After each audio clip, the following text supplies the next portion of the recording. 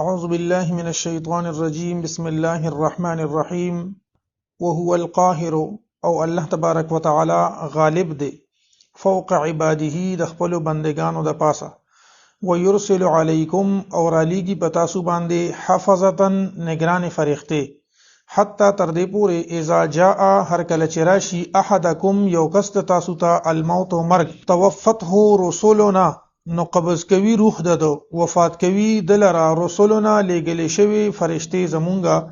وهم لا يفرطون او دغه فرشتي لا يفرطون کوتاهی نه کوي. په دې آیت کریمه کې الله تبارک وتعالى ارشاد فرمایي چې الله تبارک وتعالى غالب دی په خپل بندگانو باندې. الله تبارک وتعالى په ټول قدرتونه الله لري دی. الله تبارک وتعالى په هر چیز کې تصرف کوي او د هر چیز اختیارمند دی. الله تبارک وتعالى اوغواړي نو عطا کوي، الله اوغواړي نو عطا منې کوي، الله اوغواړي څه سيزونه ملاوي، الله اوغواړي نو څه سيزونه جدا کوي، الله اوغواړي چاله عزت ور کوي، الله اوغواړي چاله ذلت ور کوي، الله اوغواړي چاله نفع ور کوي، الله اوغواړي چاله نقصان ور کوي. الله تبارک وتعالى چې کومه فیصله کوي د هغه فیصله رکاوټ او مخنیوي والے هیڅوک نشته. ځکه الله فرمایي وهو القاهر فوق عباده، الله د خپل بندگانو د پاسه غالب دی. بیا فرمایي ويرسل عليكم حفظه، او الله تبارک وتعالى را لېږلي دي په تاسو باندې فرشتې نگران فرشتې چې د دینه مراد کرامن کاتبین دي. د انسان سره دوه فرشتې مرګري وي، یو فرشته د انسان ښه خبرې لیکي، نیکو عمل لیکي، او بل فرشته د انسان ګناهونه لیکي. کله چې یو انسان ته پته ولګي چې ما پسې دا سيزونه لیکل کیږي او دا سوچ او فکر په خپل ذهن کې پیدا کړي، نو امید دي چې د هغه د ګناهونو د مقدار دا به کم شي. نو الله تبارک وتعالى په خپل بندگانو باندې غالب هم دی او د دینه پس هم بیا دوه فرشتې د انسان سره مقرر کړي دي، هغه ته حفظه ویل کیږي، کرامن کاتبین هم ورته ویل کیږي چې د انسان سره موجود وي او د انسان خو او بد عملونه دالي کی. بیا الله تبارک وتعالى فرمایي چې د چا د مرګ وخت راشي توفته رسولنا، نو زمونږ فرشتې دی وفات کی. د دې رسول جمع راغلی دا او روح اغسل دا د یوې فرشتې د حضرت اسرائیل علیه السلام کار دی. حضرت اسرائیل علیه السلام نه چاته پوښتنه کو چې ته د دې انسانانو نه د روح څنګه اخلي؟ بل فرض مونږ وګور یو انسان په پاکستان کې دی، بل په امریکا کې دی، بل په انډونیشیا کې دی، یو ځای کې دی، بل ځای کې دی. نو د دې دومره لری ځایونو نه اسرائیل علیه السلام د روح څنګه اخلي؟ نیغي ورته په جواب کې وی چې دا ټوله دنیا الله تبارک وتعالى ماته د یو مجمع یا د یو کاسې په شان جوړه کړې ده. څنګه چې یو انسان د مجمع نه د کم ځای نه نوړې غستل غواړي اغستی شي، ماته الله تبارک وتعالى دا ټوله دنیا د یو پلیټ او د یو مجمع په شکل کړې ده. زه چې د کم ځای نه روح اغستل او غواړم د الله په اذن او د الله په حکم نه اغه ځای نه زه روح اخلم. خدل ته جمع راغلی ده، نو د دې خو مراد ده چې یا د عزت د وجنه لکه یو سړی وی کنه چې مونږه یو کس یو مونږه یا مونږ یو کس توي تاسو کینه تاسو پاسه، نو د جمع لفظ کله کله د اغي د عظمت د پاره د یو سیز د عظمت د پاره د یو انسان یو د فرشتي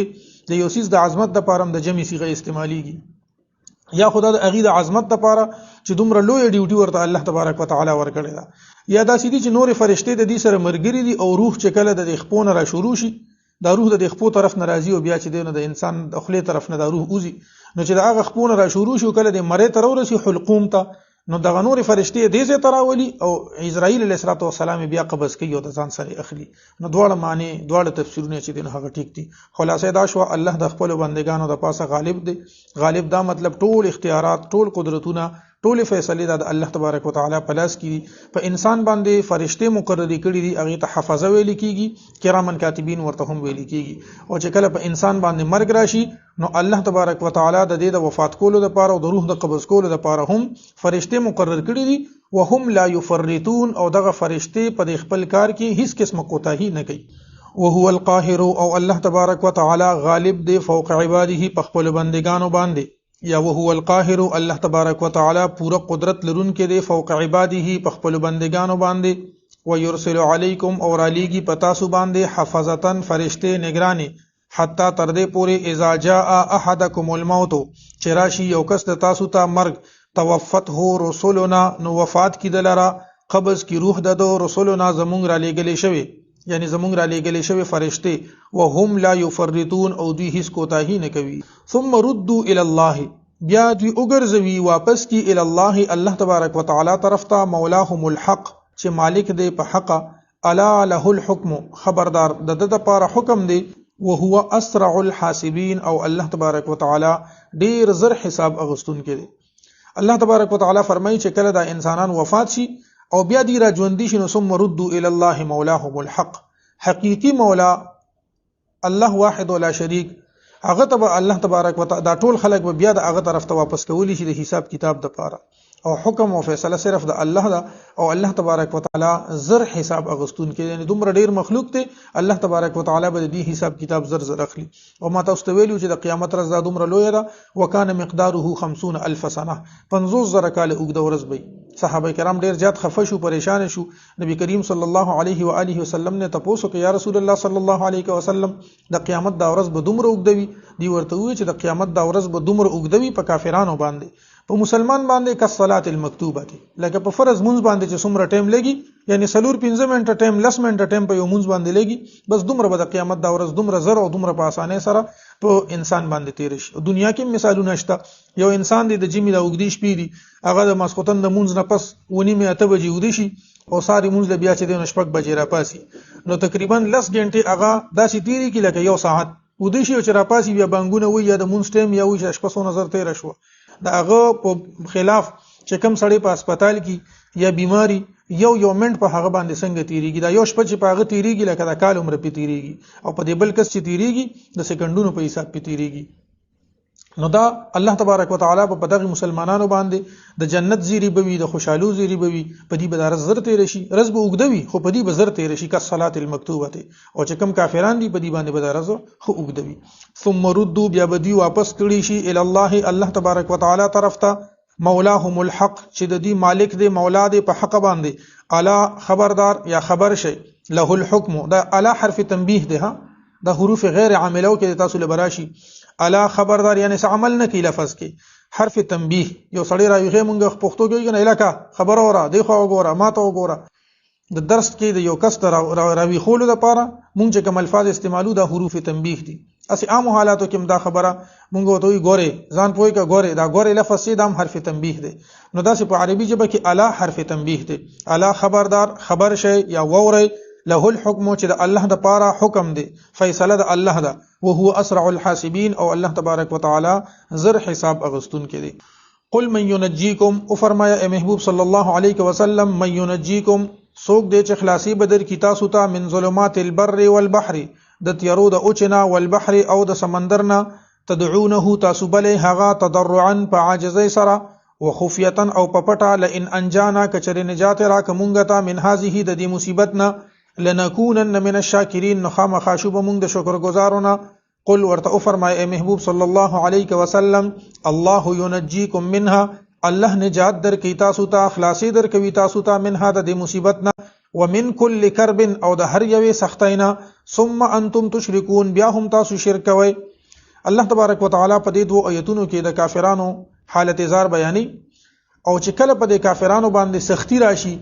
او کله دی په یوځای کې گیر شي تکلیف د اوچوي د زنګلونو وی په زنګلونو کې گیر شي نو چې داس انسان کله په یو مصیبت کې او په یو تکلیف کې گرفتار شي نو الله تبارک وتعالى نبی علیہ الصلوۃ والسلام ته فرمایي چې اے نبی علیہ الصلوۃ والسلام ته دې ته وایا چې تاسو ته په دې اوچا باندې په جنگلاتو کې یا په عام اوچا باندې یعنی وبونه بغیر د سمندري علاقې نه بغیر په تاسو باندې څه تکلیف راشي نو دا دې کې نجات تاسو ته څوک درکې یا تاسو باندې په سمندر کې کله عذاب راشي نو بیا دا نجات تاسو ته څوک درکې تدعونه تضرعا وخفيه تو اے نبی علیہ الصلوۃ والسلام چې په دغه عذاب او دغه تکلیف په وخت کې خو تاسو الله تعالی رابله الله ته اوازونه کوي تضرعا په عاجزۍ سره وخفيه او په پټه پټه او سوای لئن انجانا من هذه لنكونن من الشاکرین دا وای کچرته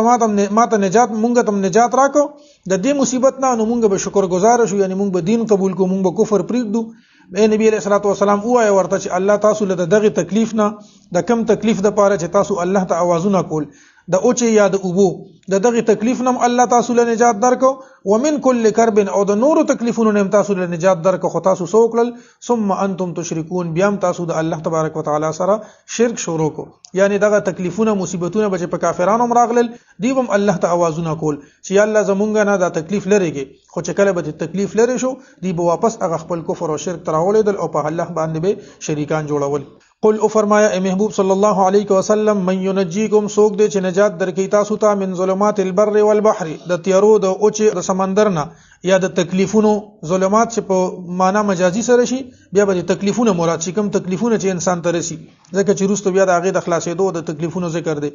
من ظلمات البر والبحر د تیارو د اوچ او د دریاب نه یا د تکلیفونو د اوچ او د دریاب نه یا د تکلیفونو د اوچ او د سمندر نه تدعونه تاسو رابل الله لرا تضرعا فعجزي سرا وخفيه او پپټا لئن انجانا کچری الله نجات را کومګه تا من هذه د دې مصیبتنا لنكونن من الشاکرین خامخ شوب مونږ د شکر کوونکو نه قل ورته فرمای اے محبوب صلی الله علیه وسلم الله ينجيكم الله نجات درکوي تاسو ته من هذا دغه تکلیفنا ومن كل كرب او د هر یوې سختینا د هر یو مصیبتنا ثم انتم تشركون بیا هم تاسو د الله سره شرک کوئ قل ورته فرمایا اے محبوب صلی الله علیه وسلم هو القادر الله تبارک وتعالى قدرت لرونکي دی علی ان پدې خبره باندې یبعث علیکم چراولیږي پتا سو باندې عذابا سعذاب من فوقکم تاسو د پاسا او من تحت ارجلکم یا تاسو د خپو د لاندې او یلبسکم یا جمع کړی تاسو شیعا ټولی ټولی ويذيق بعضکم او اسکوي بعض د تاسو نه بعض د تاسو ته سبعد جنگ د زن نورو انظر وګورا کیف نصرف الآیات سرنګ مونږه بیا بیانو الآیات نخي لعلهم يفقهون د پاره د دې چې دوی په شي په دې آیت کریمه کې الله تبارک وتعالى ارشاد فرمای قل هو القادر على ان يبعث عليكم عذابا من فوقكم او من تحت ارجلكم او يلبسكم شيعا ويذيق بعضكم بأس بعض په دې کې الله تبارک وتعالى فرمای چې الله په دې باندې قادر دی چې پتا سو باندې د بره طرف نه عذاب رولېږي یا تاسو د خپو د لاندې طرف نه پتا سو باندې عذاب رولېږي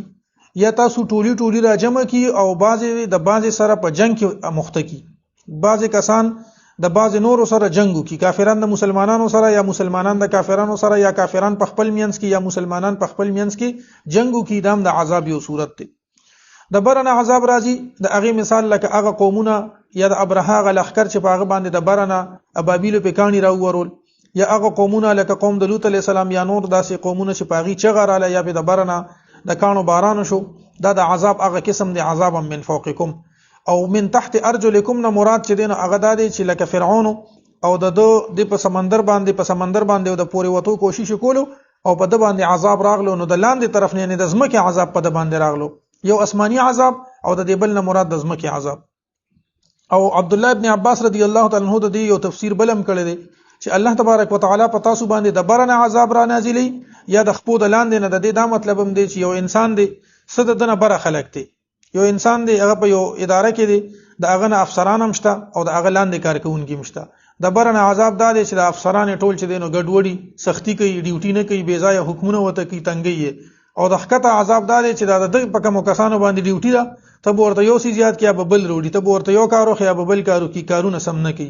نو د یو انسان چې برکه معاملوي اگر وانی کوي نو دا عذاب من فوقکم دی او چې لاندې کوم عملوي او هغه صحیح کار نه کوي اگر وانی کوي نو دا من تحت ارجلکم دی دام د عذاب یو قسم دی لکه اوس چې په پاکستان کې افسرانو ته وګوره هغه خپل ډیوټي الا ماشاءالله هغه صحیح طریقې سره بعضی کسان به چې هغه ډیوټي کوي وګر نه ډیوټي نه کوي او نور لاندې چې کم کسان دي نه هغه چې دینو د غشان د تساهل نه د غفلت نه کارلی نو د ټول کار خراب دی او بیا الله تبارک وتعالى چې دین هغه بعضی کسان د بعضی کسانو سره جنگو کی نو په دې باندې دام د عذاب یو قسم دی یعنی دومره خلک په هغه کې چې د کافرانو سره جنگي یا د مسلمانانو سره جنگي په خپل منځ کې جنگي نو ټیک د چې انسان پکې باقی پاتې شي او غازی شي یا چې دین هغه شهید شي نو د لوی مرتبه ده خود سه عام حالاتو کې یو تکلیف وي مصیبت وي ته ستړیوالی وي ته ګیوالی وي د چا لاسونه کټ شي د چا خپې کټ شي مختلف قسمه طریقو باندې چې دینو دا انسان ته تکلیف ملو شي نو خصوصا چې د کافرانو جنگ وي نو بیا خود دواړو د پاره عذاب دی او که د مسلمانانو جنگي بیا هم د دې د پاره د عذاب دی او دا صحیح مسلم حدیث شریف ته نبی کریم صلی الله علیه و آله وسلم فرمای چې ما د الله تبارک وتعالى نه درې سوالونه وکړل دوه سوالونه را الله قبول کړل او یو سوال را الله قبول نه کړ د حکمتونو د وجنه د دې آیت کریمه کې چې کوم مفهوم دی د دې هغه په دې باندې شاهد دی چې دا وجه په پکې و ځکه چې نبی کریم صلی الله علیه و آله وسلم فرمایي چې ما یو سوال کو چې الٰه العالمین زما امت د قحط عام نه اوساته چې عام قحط سالی راشي زما امت د دینه اوساته دا سوال می قبول شو بل سوال مې دا وکړ چې الٰه العالمین زما امت د غرق کېدو نه وساتي، لکه څنګه چې د نوح علیه السلام یا د قومونه د فرعونیان چې څنګه غرق شوي یا د نوح علیه السلام قوم دا غرق شوی، زما امت د غرق کېدو نه وساتي. دا سوال مې قبول شو. او دریم سوال مې دا کړو چې دی په خپل منځ کې جنگونه نه کوي، نو دا سوال نبی علیه الصلوۃ والسلام فرمایي چې دا سوال قبول نشي، ځکه چې دا الله تبارک وتعالى بعض کسان د بعض سره راجمه کی ټولی کی او د یو کس جنگ بل ته اوسه کی یا نظام د عذاب یو قسم دی. الله تبارک وتعالى دې ته موږ تاسو ټول بچو ساتي. قل او فرمایا اے محبوب صلی الله علیه وسلم هو القادر، الله قادر دی علی ان په خبره یبعث علیکم چراولی کی پتا سو باندې عذاب من فوقکم، عذاب تاسو د پاسره، او من تحت ارجلکم یا تاسو د خپو د لاندې نه، او یلبسکم یا راجم کړي تاسو شیعا ټولی او یذیق بعضکم او اسکوی پتا سو باندې او اسکوی بعض د تاسو ته سبعدن جنگ د بعض نورو. انظر وګورا کیف نصرف الآیات، سرنګ مونږه بیا بیانو الآیات نخي لعلهم يفقهون، د پاره د دې چې دی په شي. وکذب به قومک، نسبت د دروغ کو به د قران ته قومک استا قوم، وهو الحق او حال دادی چې دا قران مجید حق دی. قل ورته فرمایا اے نبی کریم صلی الله علیه وسلم لست علیکم بوکیل، زنیم پتا سو باندې بوکیل سنگران. الله تبارک وتعالى اوس نبی علیہ الصلوۃ والسلام ته فرمایي چې ستا دا قوم دا کفار د مکی دی قران ته د دروغ نسبت کو، تو ورته وایي چې زه د دې خبرې ذمہوار نیمه. لكل نبأ مستقر وسوف تعلمون، د هر یو خبر د پاره د هر یو خبرې د حساب کتاب د پاره یو وخت مقرر دی، او زر د چې تاسو ته بده دی هغه خبره او د دې حقیقت معلوم شي. وکذب به او نسبت د دروغ کو به د قران ته، یا وکذب به او دروغ جنو غنلو د قران لرا قوم وکستا قوم، وهو الحق او حال دا دی چې د قران مجید حق ته. قل ورته فرمایا اے محبوب صلی الله علیه وسلم لست علیکم نیم ز پتا سو باندې بوکیل انسانګران، لكل نبأ د پاره د هر یو خبر د پاره د واقع کېدو د هر یو خبر، مستقر یو وخت مقرر دی، وسوف تعلمون او زرد چې تاسو به پوه شئ. واذا رايت الذين او هر کله چې تاسو ووینئ الذين هغه کسان يخوضون في آیاتنا چې بحث کوي زمون په آیتونو کې، فاعرض عنهم نو مخواړه د دوینا حتا يخوضوا تر دوی پوری چې دوی مشغول شي فی حدیث غیره په بل څه خبره کې. و اما ينسينك الشیطان او کچری هیر کړي تانا الشیطان شیطان، فلا تقعد نمکینا بعد الذکر پس د را یادېدلونه مع القوم الظالمین د قوم ظالمانو سره. په دې آیت کریمه کې الله تبارک وتعالى مسلمانانو ته یو حکم کوي او غدا دی چې تاسو د داسې کسانو سره مکینه چې اغي زمونږ په آیتونو باندې بحث کوي، اعتراضونه کوي، زمونږ په آیتونو باندې نقطه چینی کوي، یعنی د غیر مذهب خلکو په مجلس کې مکینه. مخکې به تاسو لراشي الله تبارک وتعالى د دین مسلمانان منع کړي دي چې داس یو محفل چې پاغه کې د الله او د الله د رسول د آیتونو پسې ټوکی کیږي، تاسو د اغي سره مکینه، تاسو د اغي نه پاسه. دې آیت کې دغه مضمون دی. الله تبارک وتعالى فرمایي چې تاسو هغه کسان وینئ چې اغي بحثونه کوي، اعتراضونه کوي زموږ په آیتونو کې، فاعرض عنهم حتى يخوضوا في حديث غيره، مختواړه خبره ور سره مکوه تر دې پورې چې اغي په نور څه خبرو کې مشغول شي، او کته د دې سره ناس وستانه د خبره شیطان هیره کی نو فلا تقعد بعد الذکر مع القوم الظالمین، چې کله ارتدا خبره را یاد شو بس بیا دغه خلکو سره مکینه. په دې وخت کې د دې آیت په ضمن کې چې وکتی شي، په دې وخت کې یو انسان د داسې خلکو سره کینی چې هغه بد عقیده وي، هغه د الله او د الله رسول په شان کې خبرې کوي، یا هغه په صحابه کرامو پسې خبرې کوي، یا هغه اهل بیتو پسې بدرد وي، د هغه کسانو محفل تلل یا د هغه کسانو تقاریر او بیانات اوریدل. یعنی اوس کومه فزیکلی یو محفل ته داسې نه زو، خو چې د هغه کسانو تقریر اورو، هغه سړی له تقریر اوریدل پکار دي چې هغه په تنقیدی نظر باندې یا د هغه غلطۍ پکې معلومول شي، یا چې دین هغه مقابله کوي، مقایسه کوي، تقابل کوي د دغه دواړو تقریرونو یا د خپل مذهب او د هغه د مذهب نه هغه له اوریدل خیر دی. خو عام کس له دا اوریدل هغه بیا هم د هغه په جواب باندې لګیا شي، د هغه اعتراضات چې هغه ډیر په غور سره یا به د په ذهن کې کینی، او چې د کوم خپل جواب دی بیا به هغه جواب د سره نه. نو د بد مذهبو سره د بد عقیدو خلکو سره کېناستل، د هغه تقریرونه بیانونه اوریدل دا د انسان د پاره منی دي. څنګه چې په ابتدا د اسلام کې د کافرانو سره او د دین اسلام پورې د خندا او د اعتراضونو کوونکو خلکو سره الله تبارک وتعالى منع کړی دا. کنو محفلونه چون کې د هغه مسلمانانو مو کافرانو مو یو ځای ناس پاس خلک او رشتہ داریم پکې وي، نو دی به یو بل سره ناس پاسو، نو چې کله به داسې خبره اتره شروع شو نو بیا به صحابه کرام د هغه محفل نه راپاسېدل او قبل څه خبرونه بیا به د هغه سره مشغول شو. نو الله فرمایي که داسې یو محفل وي نو هغه نه مخ واړوي، د هغه محفل نه پاسې د هغه نه ګردانیو کې، او قبل څه خبره کوي نور خبرې شروع شي نو بیا هغه کې تاسو شاملې دي شي. او که چرته تاسو د مجلس کې ناس او هیری ده نو چې تاسو تکله خبره رایا دي شي نو بس بیا د هغه سره مکینه. دا اوس چې داسې یو محفل وي چې د ګناه محفل وي، یعنی واتلس کسان ناس دي سړي دي او کزنانه دي او غیبت شروع کړي دي، نو پکار د چې کوم انسان د دې پر غیبت باندې پوي شي هغه د دې سره نه کینی. چې کله د غیبت خبره ختم شي د خو نه ختميږي، د سړو خبره کله کله ختم شي، کاروبار یا بل څه موضوع شروع کی نو چې خبره ختم شي نو بس بیا چې دین هغه بیا ور سره خیر دی کینه. او د خزو خبره خدا د غیبت نه ختميږي چې یو کس په غیبت ختم کی بیا بل شروع شي، که کټوي روټه مسلې شروع شي نه هغه کې هم بیا چې هغه پلان کې خدا سپ په منه ترکاری پخ کړي و. یعنی چې هر یو موضوع نو هغه په خپل کار چې دین هغه کوي. یو استادو هغه شاګردانو نه تاسو نه کول، نو یو شاګرد به په هر خبره کې د موټر سایکل مثال ورکو. موټر سایکل ډیر خوښونه کا استاد به تاسو چې